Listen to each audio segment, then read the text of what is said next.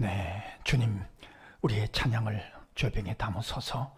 찬송가 189장으로 새벽 예배를 하나님 앞에 올려드리겠습니다. 189장입니다.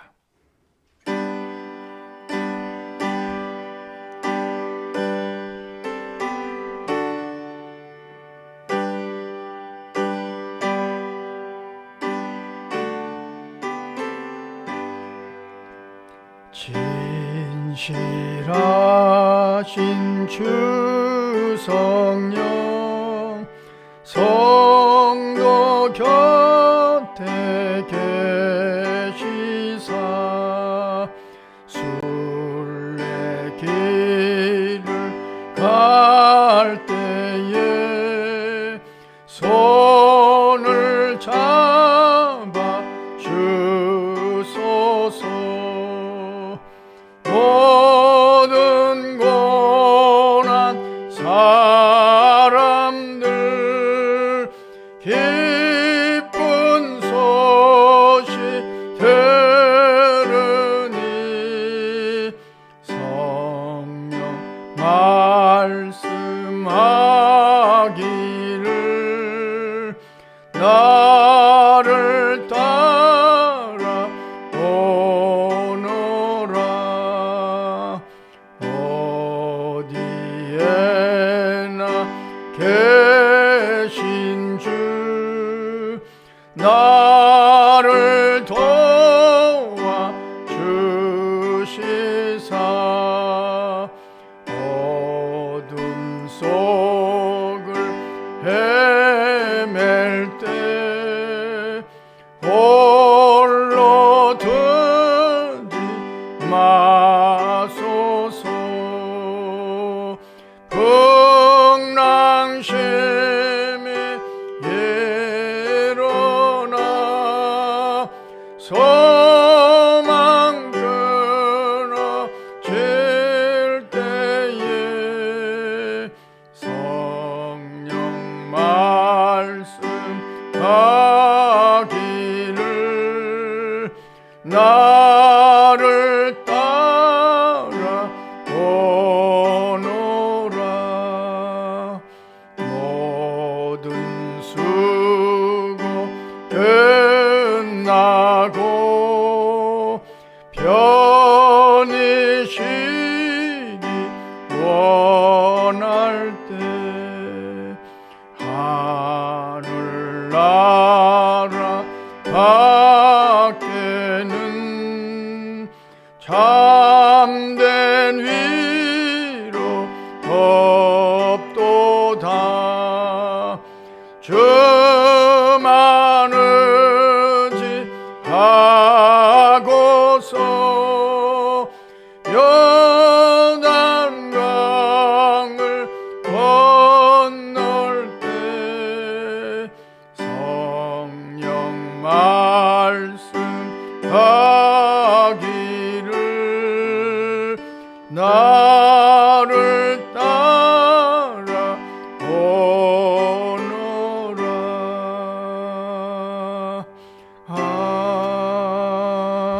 아멘. 주님, 우리의 기도를 쇠병에 담으소서. 기도문으로 함께 기도하겠습니다. 하나님, 우리의 아버지여, 오늘도 여전히 한결같은 마음으로 새벽을 깨우게 하시니 감사합니다. 세상을 바라보기 전에 먼저 주님을 향하여 찬양하게 하시며 사람에게 말하기 전에 먼저 주님께 기도하고 하루를 열게 하시니 무조건 감사합니다. 우리를 돕기 위하여 우리 곁에 와 계신 성령께서 우리의 손과 발을 붙잡아 주셔서 주님이 원하시는 길로 행하기를 소원하나이다. 먼저 해야 할 일이 무엇인지, 나중에 할 일이 어떤 것인지 분별할 줄 아는 분별력도 허락해 주옵소서. 지나가 버리면 시시한 일에 힘을 허비하지 않도록 지혜를 더하여 주옵소서. 우리 자녀손들이 마땅히 해야 할 일에, 그리고 기회를 놓치면 안 되는 일에 힘을 다하기를 기도합니다. 무슨 일을 하든지 먼저 주님께 기도하고 지혜를 구함으로 넉넉히 이겨가게 하옵소서. 언제 어디서나 말씀의 불을 켜고 주님과 동행하는 삶이 되게 하옵소서. 코로나 때문에 두려움과 불안이 가득한 세상을 살아갑니다. 오늘도 우리가 기억하는 이름들을 주께서 붙잡아 주시며 불말과 불병거로 보호해 주옵소서. 털끝 하나도 상하지 않도록 주의 능력으로 인도해 주시기를 강청하나이다. 가정마다 일터마다 하나님의 위로가 넘치게 하옵소서. 서로가 서로를 위로함으로 힘이 되고 격려가 되게 하옵소서. 어떤 어려움을 당하더라도 낙심하지 않게 하시며 그 고난 속에서도 우리를 위로하시는 성령의 감동하심을 경험하게 하옵소서. 오늘도 우리가 늘 기도하며 응원하는 선교사님들을 위하여 기도합니다. 특별히 아프리카 케냐의 박홍순 선교사님과 그 사역 현장을 지켜주셔서 코로나 때문에 어려움을 겪지 않도록 간섭하여 주옵소서. 대만에서 개척 중인 선교사님 2분과 동행해 주셔서 성령의 권능으로 교회가 든든히 세워져 가게 하옵소서. 선교사님들마다 어려운 문제들이 다르게 싸우니 주께서 선한 지혜로 채우셔서 넉넉히 극복해 가게 하옵소서. 그 사역들이 그리스도의 날에 우리의 자랑이 되기를 소원하나이다. 어려운 이웃들의 삶도 주 안에서 평강하고 평강하게 하옵소서. 우리나라와 세우신 한국교회를 사랑하시되 끝까지 사랑하여 주옵소서. 하나님을 사랑하는 자, 곧 그의 뜻대로 부르심을 입은 자들에게는 모든 것이 합력하여 선을 이루어 주실 줄 믿습니다. 예수님 귀하신 이름으로 기도합니다. 아멘. 하나님의 말씀 에스겔서 37장 1절로 10절 말씀 함께 읽겠습니다. 여호와께서 권능으로 내게 임재하시고 그의 영으로 나를 데리고 가서 골짜기 가운데 두셨는데 거기 뼈가 가득하더라. 나를 그 뼈 사방으로 지나가게 하시기로 본즉 그 골짜기 지면에 뼈가 심이 많고 아주 말랐더라. 그가 내게 이르시되 인자야 이 뼈들이 능히 살겠느냐 하시기로 내가 대답하되 주 여호와여 주께서 아시나이다. 또 내게 이르시되 너는 이 모든 뼈에게 대언하여 이르기를 너희 마른 뼈들아 여호와의 말씀을 들을지어다. 주 여호와께서 이 뼈들에게 이같이 말씀하시기를 내가 생기를 너희에게 들어가게 하리니 너희가 살아나리라. 너희 위에 힘줄을 두고 살을 입히고 가죽으로 덮고 너희 속에 생기를 넣으리니 너희가 살아나리라. 또 내가 여호와인 줄 너희가 알리라 하셨다 하라. 이에 내가 명령을 따라 대언하니 대언할 때 소리가 나고 움직이며 이 뼈 저 뼈가 들어맞아 뼈들이 서로 연결되더라. 내가 또 보니 그 뼈에 힘줄이 생기고 살이 오르며 그 위에 가죽이 덮이나 그 속에 생기는 없더라. 또 내게 이르시되 인자야 너는 생기를 향하여 대언하라. 생기에게 대언하여 이르기를 주 여호와께서 이같이 말씀하시기를 생기야 사방에서부터 와서 이 죽음을 당한 자에게 붙어서 살아나게 하라 하셨다 하라. 이에 내가 그 명령대로 대언하였더니 생기가 그들에게 들어가며 그들이 곧 살아나서 일어나 서는데 극히 큰 군대더라. 아멘. 에스겔서 37장은 우리가 잘 아는 마른 뼈의 부활에 관한 말씀입니다. 하나님께서 에스겔을 한 골짜기로 인도해 가셨습니다. 거기엔 마른 뼈들이 가득했습니다. 에스겔이 볼 때에도 이건 절망입니다. 생명이 없습니다. 회복될 것 같지 않습니다. 아무 쓸모없는 마른 뼈가 있는 그런 골짜기입니다. 이를 보고 하나님께서 에스겔에게 물으셨습니다. 이 뼈들이 능히 살겠느냐? 여기서 우리가 에스겔의 대답에 주목할 필요가 있습니다. 에스겔의 대답이 아주 지혜롭습니다. 하나님의 질문에 에스겔은 그렇게 대답합니다. 여호와께서 아십니다. 그렇습니다. 나는 모르겠습니다. 그렇지 않습니까? 이 뼈들을 어떻게 하겠습니까? 이 절망입니다. 나는 아무런 능력도 없습니다. 여호와께서 아십니다. 이 말씀은, 이 고백은 주님이 하시려고 하시면 하실 수 있습니다. 이런 고백이기도 합니다. 하나님만이 아십니다. 나는 모르겠습니다. 하나님께서는 이 마른 뼈들을 살리시는데 두 가지 방법으로 살리십니다. 우리가 신앙생활을 하면서 늘 반복해서 확인하는 내용입니다. 첫째가 말씀입니다. 에스겔아, 이 뼈에게 대언하여 외치라. 하나님의 말씀을 대신해서 외쳐라. 너희 마른 뼈들아 하나님의 말씀을 들을지어다. 그래서 에스겔이 그렇게 외칩니다. 우리가 늘 잊지 말 것입니다. 이번 주일이 다음 돌아오는 주일이 성서주일입니다만 말씀은 하나님의 말씀인 성경이 곧 하나님을 만나는 첩경입니다. 성경 속에서 하나님이 기다리고 계십니다. 하나님을 믿는다는 것은 하나님의 말씀을 믿는다는 것이고 하나님을 만난다는 것은 하나님의 말씀을 읽으면서 만나는 것을 의미합니다. 하나님의 말씀이 없이 살아가는 날은 허무한 날입니다. 하나님의 말씀을 붙들고 사는 날이 의미 있는 삶입니다. 말씀을 만나는 것이 하나님을 만나는 것이라면 우리가 우리 자녀들에게 성경을 읽도록 성경을 암송하도록 정말 많이 가르쳐야 될 것입니다.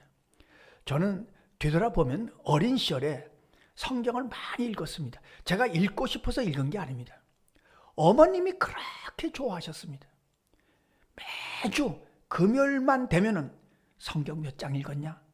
성경 몇 장 읽었냐? 제가 성경을 몇 장 읽었습니다. 그러면 어머님이 그렇게 좋아하셨습니다. 저는 어머님 때문에 성경을 읽었지 제가 성경을 읽고 싶어서 읽은 게 아닙니다. 그리고 뜻도 모르고 의미도 모르고 그냥 어머님이 좋아하시니까 성경을 읽었습니다. 근데 지금 와서 보니까 그때 읽었던 성경들이 정말 저에게 깊이 새겨져 있습니다. 말씀은 성경은 곧 하나님을 만나는 것입니다. 자녀들에게 성경을 가르치고 성경을 읽도록 권면하는 것은 그들에게 하나님을 만나게 하는 그런 첩경이기 때문에 우리가 깊이 늘 생각할 것입니다. 우리도 성경을 만나고 읽고 묵상할 것이지만 우리 자녀손들에게도 말씀에 대한 관심, 말씀에 대한 깊은 믿음을 줄 수 있도록 우리가 노력해야 되겠죠. 자, 에스겔 골짜기에 있는 마른 뼈들에게 에스겔은 하나님의 말씀을 대언해서 말씀을 외쳤습니다. 그리고 두 번째 한 일이 생기로 들어가게 하라. 생기란 성령을 말씀하십니다. 말씀이 말씀되려면 성령이 반드시 역사하셔야 됩니다. 말씀이 믿어지는 것은 성령이 역사하셨기 때문입니다.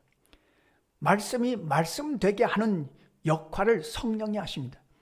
제가 늘 기도하는 것 중에 하나가 우리 아이들을 위해서 중고등부 아이들을 위해서 청년들을 위해서 기도하는 것 중에 하나가 주님 언젠가 우리 교회에 나와서 앞에서 전하는 말씀을 아이들이 들었잖아요.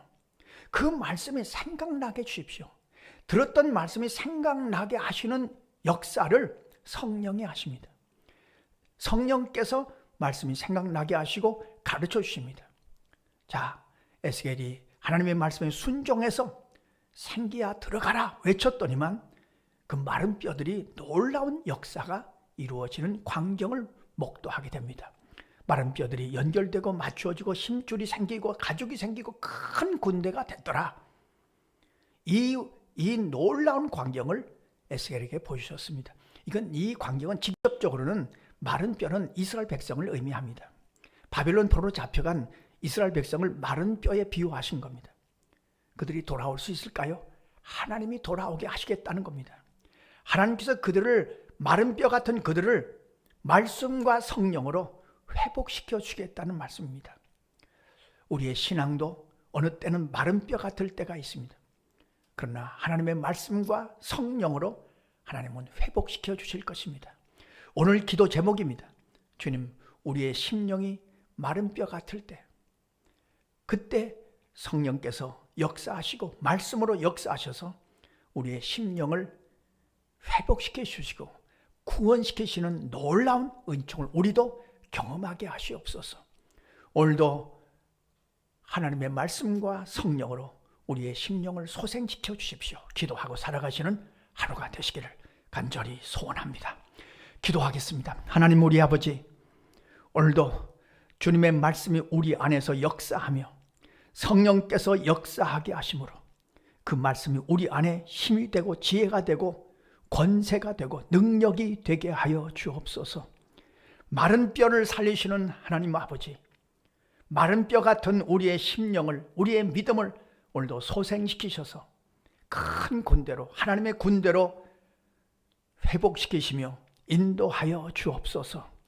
주님, 오늘도 성령의 도우심을 따라서 우리가 가족들을 위해서, 자녀 손들을 위해서, 교회를 위해서, 나라와 민족을 위해서 기도하겠사오니 성령이여 회복시키시고 구원하여 주옵소서.